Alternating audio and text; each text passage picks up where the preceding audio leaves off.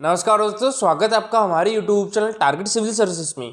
तो आज है 30 सितंबर और मध्य प्रदेश के डेली करंट अफेयर में आज हम पढ़ेंगे 30 सितंबर के करंट अफेयर। तो लेक्चर ध्यान से देखिएगा और दोस्तों इसने वीडियो को लाइक नहीं किया तो लाइक और शेयर जरूर कर दीजिए। अगर आप इस चैनल पर नए हो तो सब्सक्राइब भी कर लीजिए। तो चलिए सबसे पहले हम डेज का रिविजन कर लेते हैं। तो 1 सितंबर से लेकर 7 सितंबर तक हमने मनाया था राष्ट्रीय पोषण सप्ताह दिवस। 2 सितंबर को मनाया था विश्व नारियल दिवस। 5 सितंबर को मनाया जाता है राष्ट्रीय शिक्षक दिवस और 5 अक्टूबर को विश्व शिक्षक दिवस। 8 सितंबर को विश्व साक्षरता दिवस। 9 सितंबर को हिमालय दिवस और 10 सितंबर को मनाया जाता है विश्व आत्महत्या रोकथाम दिवस और 14 सितंबर को हिंदी दिवस और 15 सितंबर को अंतर्राष्ट्रीय लोकतंत्र दिवस और इंजीनियर्स डे भी कब मनाया जाता है तो ये मनाया जाता है 15 सितंबर को। 16 सितंबर को विश्व ओजोन दिवस। 17 सितंबर को विश्व रोगी सुरक्षा दिवस और 18 सितंबर को विश्व बांस दिवस यानी वर्ल्ड बैम्बू डे और 21 सितंबर को मनाया जाता है विश्व अल्जाइमर दिवस और अंतर्राष्ट्रीय शांति दिवस भी कब मनाया जाता है तो ये 21 सितंबर को। 22 सितंबर को विश्व राइनो दिवस और 27 सितंबर को विश्व पर्यटन दिवस और 28 सितंबर को विश्व रेबीज दिवस और 29 सितंबर को मनाया जाता है विश्व हृदय दिवस यानी वर्ल्ड हार्ट डे। और देखिए दोस्तों, ये है हमारा टेलीग्राम चैनल। इस पर डेली 20 क्वेश्चन का क्विज होता है जिसमें 10 क्वेश्चन मध्य प्रदेश जीके से रहते हैं, 5 question Madhya Pradesh current affair से रहते हैं और 5 क्वेश्चन जो है वो नेशनल करंट अफेयर से होते हैं। नेशनल करंट अफेयर के 10 क्वेश्चन हमारे यूट्यूब चैनल पर भी डेली आते हैं, तो आप उसको देख सकते हो। और दोस्तों इस टाइप से इसका रिजल्ट निकलता है। और देखिए अभी तक हमने 65 क्विज कर चुके हैं, ठीक है। तो आप भी इस क्विज में पार्टिसिपेट कर सकते हो। टेलीग्राम चैनल की लिंक आपको हमारे वीडियो के डिस्क्रिप्शन बॉक्स में मिल जाएगी। चलिए दोस्तों, सबसे पहले हमने जो कल करंट अफेयर पढ़े थे उसका रिवीजन कर लेते हैं, उसके बाद स्टार्ट करेंगे हम आज के करंट अफेयर। तो कल के करंट अफेयर में पहला क्वेश्चन था हमारा, मध्य प्रदेश के धार के पीतमपुर में डाबर इंडिया लिमिटेड कितने रुपए का निवेश करेगा तो ये करेगा 370 करोड़ रुपए का। तो इसका आंसर क्या हो जाएगा, ऑप्शन नंबर बी। और दोस्तों बात करें हम यहाँ पर डाबर इंडिया लिमिटेड की, तो इसकी स्थापना कब हुई थी 1884 में, यानी 1884 में इसकी स्थापना हुई थी। और इसके जो फाउंडर है वो कौन है तो एसके बर्मन इसके फाउंडर है। और अभी इसके चेयरमैन कौन है तो अमित बर्मन इसके अभी चेयरमैन है। और इसके सीईओ कौन है, मोहित मल्होत्रा। डाबर इंडिया लिमिटेड का मुख्यालय कहाँ पर है तो गाजियाबाद उत्तर प्रदेश में है। नेक्स्ट क्वेश्चन था हमारा, लोक स्वास्थ्य यांत्रिकी राज्य मंत्री श्री ब्रजेंद्र सिंह यादव ने जल जीवन मिशन पर आधारित गीत की सीडी का विमोचन किया है। तो इसके रचनाकार कौन है, यह है श्री देवेंद्र उपासनी। तो इसका आंसर क्या होगा था, ऑप्शन नंबर सी। और दोस्तों बात करें हम यहाँ पर जल जीवन मिशन की, तो देखिए इसकी शुरुआत कब से हुई थी तो ये हुई थी 15 अगस्त 2019 को प्रधानमंत्री नरेंद्र मोदी ने की थी। और हर घर जल इसका लक्ष्य कब तक है तो 2024 तक हमारे पूरे देश में इसका लक्ष्य है हर घर जल। हर घर जल का हमारे मध्य प्रदेश में लक्ष्य कब तक रखा गया है दोस्तों, 2023 तक। नेक्स्ट क्वेश्चन है हमारा, मध्य प्रदेश में लोकसभा सीट और विधानसभा सीटों के उपचुनाव के लिए मतदान कब होंगे तो ये होंगे 30 अक्टूबर को। तो इसका आंसर क्या हो जाएगा, ऑप्शन नंबर सी। एक लोकसभा सीट पर होगा उपचुनाव, तो वो कौन सी है, खंडवा लोकसभा सीट है। और 3 विधानसभा सीट कौन कौन सी है, एक पृथ्वीपुर विधानसभा सीट जो कि निवाड़ी डिस्ट्रिक्ट में है, एक जोबाड़ विधानसभा सीट जो कि अलीराजपुर डिस्ट्रिक्ट में है और एक रैगांव विधानसभा सीट जो कि सतना डिस्ट्रिक्ट में है। दोस्तों यहाँ बात करें हमारे मध्य प्रदेश में विधानसभा सीटों की संख्या कितनी है तो यह 230 विधानसभा सीटों की संख्या है, ठीक है। लोकसभा सीट की संख्या कितनी है, 29 लोकसभा सीट की संख्या है और 11 राज्यसभा सीटों की संख्या है। और अभी हमारे विधानसभा अध्यक्ष कौन है तो ये गिरीश गौतम अभी हमारे विधानसभा अध्यक्ष है। मध्य प्रदेश के प्रथम विधानसभा अध्यक्ष कौन थे तो कुंजीलाल दुबे थे। नेक्स्ट क्वेश्चन था हमारा, हाल ही में मध्य प्रदेश के इंदौर में जन्मी लता मंगेशकर का 28 सितंबर को कौन सा जन्मदिन मनाया गया तो इनका मनाया 92वां जन्मदिन। तो इसका आंसर क्या हो गया था, ऑप्शन नंबर ए है लता मंगेशकर। ये हमारे मध्य प्रदेश के इंदौर में इनका जन्म हुआ था। और दोस्तों बात करें लता मंगेशकर जी को पद्म भूषण से कब सम्मानित किया गया था तो 1969 में, ठीक है। पद्म भूषण से कब सम्मानित किया गया था 1969 में। फिर इसके 20 साल बाद इनको दादा साहेब फाल्के अवार्ड से सम्मानित किया गया था 1990 में। इसके 10 साल बाद इनको पद्म विभूषण से सम्मानित किया गया था 1999 में। और इसके 2 साल बाद इनको भारत रत्न दिया गया था, ठीक है। तो याद रखिएगा 2001 में इनको भारत रत्न मिला था। दोस्तों लता मंगेशकर राज्यसभा की सांसद कब से कब तक की रही है तो 1999 से 2005 तक की रही थी। राज्यसभा के जो सदस्य होते हैं उनका कार्यकाल कितना होता है, 6 वर्ष का होता है। हमारे मध्य प्रदेश में लता मंगेशकर पुरस्कार की शुरुआत कब से की गई थी 1984 से की गई थी और इसकी पुरस्कार राशि कितनी है, 2 लाख रुपए है। तो 2018 का राष्ट्रीय लता मंगेशकर पुरस्कार से किसे सम्मानित किया गया था, सुमन कल्याणपुर को। और 2018 का किसे मिला है, तो ये कुलदीप सिंह को मिला है। दोस्तों अब स्टार्ट करते हैं आज की करंट अफेयर। तो आज के करंट अफेयर में पहला क्वेश्चन है हमारा, कर्नाटक के राज्यपाल श्री थावरचंद गहलोत 30 सितंबर को किस जिले में विज्ञान केंद्र स्थापना के लिए भूमि पूजन करेंगे, तो ये उज्जैन डिस्ट्रिक्ट में।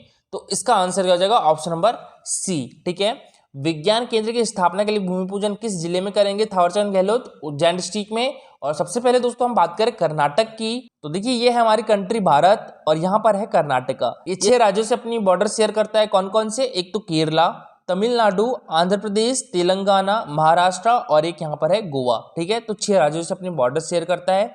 और इसकी कैपिटल कौन सी है, बेंगलोर इसकी कैपिटल है। और इसके गवर्नर कौन है, थावरचंद गहलोत है। और यहाँ के चीफ मिनिस्टर कौन है, बसवराज बोम्मई है। देखिए बात करें यहाँ पर हम विधानसभा सीटों की संख्या कितनी है, 224 है। और 12 राज्यसभा सीटों की संख्या है और लोकसभा सीटों की संख्या कितनी है, 28 है। तारामंडल परिसर उज्जैन में कर्नाटका के राज्यपाल श्री थावरचंद गहलोत 30 सितंबर गुरुवार को विज्ञान केंद्र स्थापना के लिए भूमि पूजन करेंगे। और कार्यक्रम की जो अध्यक्षता है वो हमारे विज्ञान एवं प्रौद्योगिकी और इनके पास MSME विभाग भी है, यानी सूक्ष्म लघु एवं मध्यम उद्यम मंत्री भी है, ओम प्रकाश सकलेचा इस कार्यक्रम की अध्यक्षता करेंगे। और लगभग 16 करोड़ 70 लाख रुपए की लागत वाले इस केंद्र में विज्ञान और मिसाइल के अत्याधुनिक मॉडल रखे जाने के साथ ही IT और चिल्ड्रन पार्क विकसित किया जाएगा। केंद्र में इनोवेशन लैब की स्थापना भी की जाएगी। और विज्ञान एवं प्रौद्योगिकी विभाग के अंतर्गत विज्ञान एवं प्रौद्योगिकी परिषद द्वारा राष्ट्रीय विज्ञान संग्रहालय परिषद कोलकाता, संस्कृति मंत्रालय भारत सरकार के सहयोग से उज्जैन में विज्ञान केंद्र की स्थापना की जा रही है। नेक्स्ट क्वेश्चन है हमारा, किस जिले की रचना सेवानी ने दिल्ली में हुए मिसेस इंडिया इंटरनेशनल कॉम्पिटिशन 2021 में मिसेस एशिया यूनिवर्स का खिताब जीता, तो ये हमारे मध्य प्रदेश की राजधानी भोपाल से है। आंसर क्या हो जाएगा, ऑप्शन नंबर बी। और दोस्तों ये है रचना सेवानी, इन्होंने अभी हाल ही में दिल्ली में हुए मिसेस इंडिया इंटरनेशनल कॉम्पिटिशन 2021 में मिसेस एशिया यूनिवर्स का खिताब जीता है। तो देखिए भोपाल की रचना सेवानी ने दिल्ली में हुए मिसेस इंडिया इंटरनेशनल कॉम्पिटिशन 2021 में मिसेस एशिया यूनिवर्स का खिताब जीता है। और नेशनल राउंड में देश भर से 30 लोग पहुंचे थे और इसमें मध्य प्रदेश को रिप्रेजेंट किसने किया था, रचना सेवानी ने। नेक्स्ट क्वेश्चन है हमारा, हाल ही में किसने मध्य प्रदेश में इंटरनेशनल हॉकी स्टेडियम बनाने की घोषणा की है, तो ये हमारे मध्य प्रदेश के मुख्यमंत्री शिवराज सिंह चौहान ने। तो इसका आंसर क्या हो जाएगा, option number A. Anurag Thakur हमारे देश के केंद्रीय खेल मंत्री है। ठीक है, अनुराग ठाकुर। और यशोधरा राजे सिंधिया हमारे मध्य प्रदेश की खेल मंत्री है। देखिए अभी हाल ही में हमारे मध्य प्रदेश के मुख्यमंत्री शिवराज सिंह चौहान ने टोक्यो ओलंपिक से जो खेलकर लौटी भारतीय महिला हॉकी टीम है, तो इनका सम्मान किया है। और सम्मान समारोह में महिला हॉकी टीम की हर सदस्य को 31 लाख रुपए प्रदान किए। और देखिए दोस्तों, जो टोक्यो ओलंपिक में हमारे देश की महिला हॉकी टीम किस रैंक पे रही थी, तो 4th रैंक पे रही थी। ठीक है, और हमारे देश की जो पुरुष भारतीय हॉकी टीम है, इन्होंने कांस्य पदक जीता था। और इसमें हमारे मध्य प्रदेश के जो खिलाड़ी है विवेक सागर, इन्होंने भी भारतीय हॉकी टीम का प्रतिनिधित्व किया था। और देखिए हमारे मध्य प्रदेश में इंटरनेशनल हॉकी स्टेडियम बनाया जाएगा, ये किसके द्वारा घोषणा की गई है, मुख्यमंत्री शिवराज सिंह चौहान जी के द्वारा। तो हमारे मध्य प्रदेश में महिला हॉकी एकेडमी कहाँ पर है, तो ये ग्वालियर में है। और इसकी स्थापना कब हुई थी, 2006 में हुई थी। हमारे मध्य प्रदेश की पुरुष हॉकी एकेडमी का मुख्यालय कहाँ पर है, तो ये भोपाल डिस्ट्रिक्ट में है। और इसकी स्थापना कब हुई थी, 2007 में हुई थी। नेक्स्ट क्वेश्चन है हमारा, किस जिले की इंटरनेशनल बैडमिंटन खिलाड़ी पूनम तत्वावधी लगातार 9वीं बार नेशनल चैंपियनशिप बनी है, तो ये हमारे मध्य प्रदेश की राजधानी भोपाल से। तो इसका आंसर क्या हो जाएगा, ऑप्शन नंबर बी, भोपाल। ये भोपाल की इकलौती इंटरनेशनल बैडमिंटन खिलाड़ी पूनम तत्वावधी ने एक दफा फिर भोपाल का मान बढ़ाया है और वे लगातार 9वीं बार नेशनल चैंपियन बनी है। और पूनम ने गोवा में आयोजित Akhil Bharatiya masters ranking badminton प्रतियोगिता के 50+ वर्ग के एकल और युगल खिताब जीते हैं। इससे पहले उन्होंने 40+ में 1, 45+ वर्ग में 5 तथा 50+ में 3 दफा नेशनल चैंपियनशिप होने का गौरव हासिल किया है। और देखिए अब पूनम तत्वावधी स्पेन में 28 नवंबर से 4 दिसंबर तक एक वर्ल्ड चैंपियनशिप होनी है, तो उसमें भी भारत को रिप्रेजेंट करेगी। दोस्तों कल का हमारा क्वेश्चन था, मध्य प्रदेश में सर्वप्रथम विद्युत उत्पादन कब से प्रारंभ हुआ है, तो ये 1905 से प्रारंभ हुआ है। और ये MP पुलिस 2017 में पूछा भी जा चुका है। और देखिए यही क्वेश्चन MPPSC में भी आ चुका है। ठीक है, तो इम्पोर्टेंट क्वेश्चन है।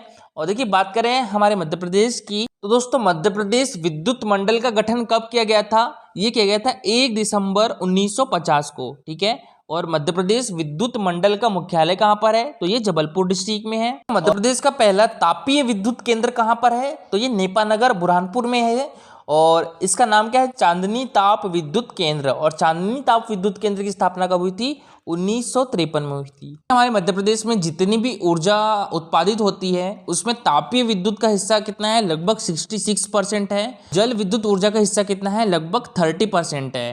ठीक है, बाकी जो 4% है वो विंड एनर्जी का है। देश में ऊर्जा की राजधानी किसे कहा जाता है? तो ये सिंगरौली डिस्ट्रिक्ट को कहा जाता है। और देखिए कल सभी लोगों ने बहुत अच्छा आंसर किया था और जो सबसे अच्छा आंसर किया है रोहित विश्वकर्मा ने बहुत अच्छा आंसर किया है। तो इनके द्वारा बताया गया कि हमारे मध्य प्रदेश में सर्वप्रथम विद्युत का उत्पादन कब किया गया था? 1905 में किया गया था। और 1905 में विद्युत उत्पादन ग्वालियर में 240 केवी की स्टीम टरबाइन से आरंभ हुआ था। और वर्ष 1952 में मध्य प्रदेश विद्युत मंडल की स्थापना हुई थी। यहाँ कंफ्यूज मत होना, कहीं आपको 1950 लिखा मिलेगा, कहीं 1956 लिखा मिलेगा। मध्य प्रदेश विद्युत मंडल स्वतंत्रता के बाद भारत में स्थापित होने वाला प्रथम विद्युत मंडल था। और हमारे मध्य प्रदेश ऊर्जा विकास निगम लिमिटेड की स्थापना कब हुई थी? 25 अगस्त 1982 को हुई थी। और मध्य प्रदेश का स्वयं का पहला जल विद्युत केंद्र बरगी जबलपुर में स्थापित किया गया था। और मध्य प्रदेश के कुछ प्रमुख जल विद्युत ग्रह कौन कौन से हैं? गांधी सागर जल विद्युत ग्रह बुरहानपुर मंदसौर डिस्ट्रिक्ट में है। पुनासा जल विद्युत ग्रह ये कहाँ पर है? पुनासा खंडवा डिस्ट्रिक्ट में है। और देखिए खंडवा डिस्ट्रिक्ट में ही संत सिंगाजी ताप विद्युत ग्रह भी है। ठीक है, तो इसका नाम भी याद रखिएगा। यहाँ पर एक तापीय विद्युत केंद्र भी है और एक जल विद्युत केंद्र है। तापीय विद्युत केंद्र का नाम क्या है? संत सिंगाजी ताप विद्युत केंद्र। और जो जल विद्युत ग्रह है उसका नाम क्या है? पुनासा जल विद्युत ग्रह। इसके बाद बाणसागर जल विद्युत ग्रह ये कहाँ पर है? सिरमौर रीवा डिस्ट्रिक्ट में है। फिर इसके बाद महेश्वर जल विद्युत ग्रह कहाँ पर है? महेश्वर में है, खरगोन डिस्ट्रिक्ट। इंदिरा सागर जल विद्युत ग्रह कहाँ पर है? पुनासा खंडवा डिस्ट्रिक्ट में है। टोंस जल विद्युत कहाँ पर है? मंदसौर रीवा डिस्ट्रिक्ट में है।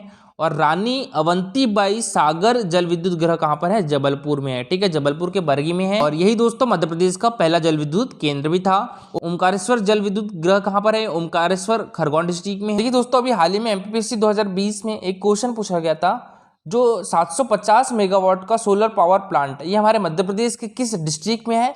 तो रीवा डिस्ट्रिक्ट। दोस्तों आज के लिए आपका क्वेश्चन है, राष्ट्रीय हिंदी दिवस कब मनाया जाता है? 5 सितंबर, 14 सितंबर, 10 जनवरी या 5 जनवरी? तो इसका आंसर पर दे दीजिएगा। और दोस्तों आज के लिए इतना ही। अगर आपको लेक्चर अच्छा लगा हो तो लाइक और शेयर जरूर करिएगा। अगर आप इस चैनल पर नए हो तो सब्सक्राइब भी कर लीजिए। Thank you so much guys for watching this video.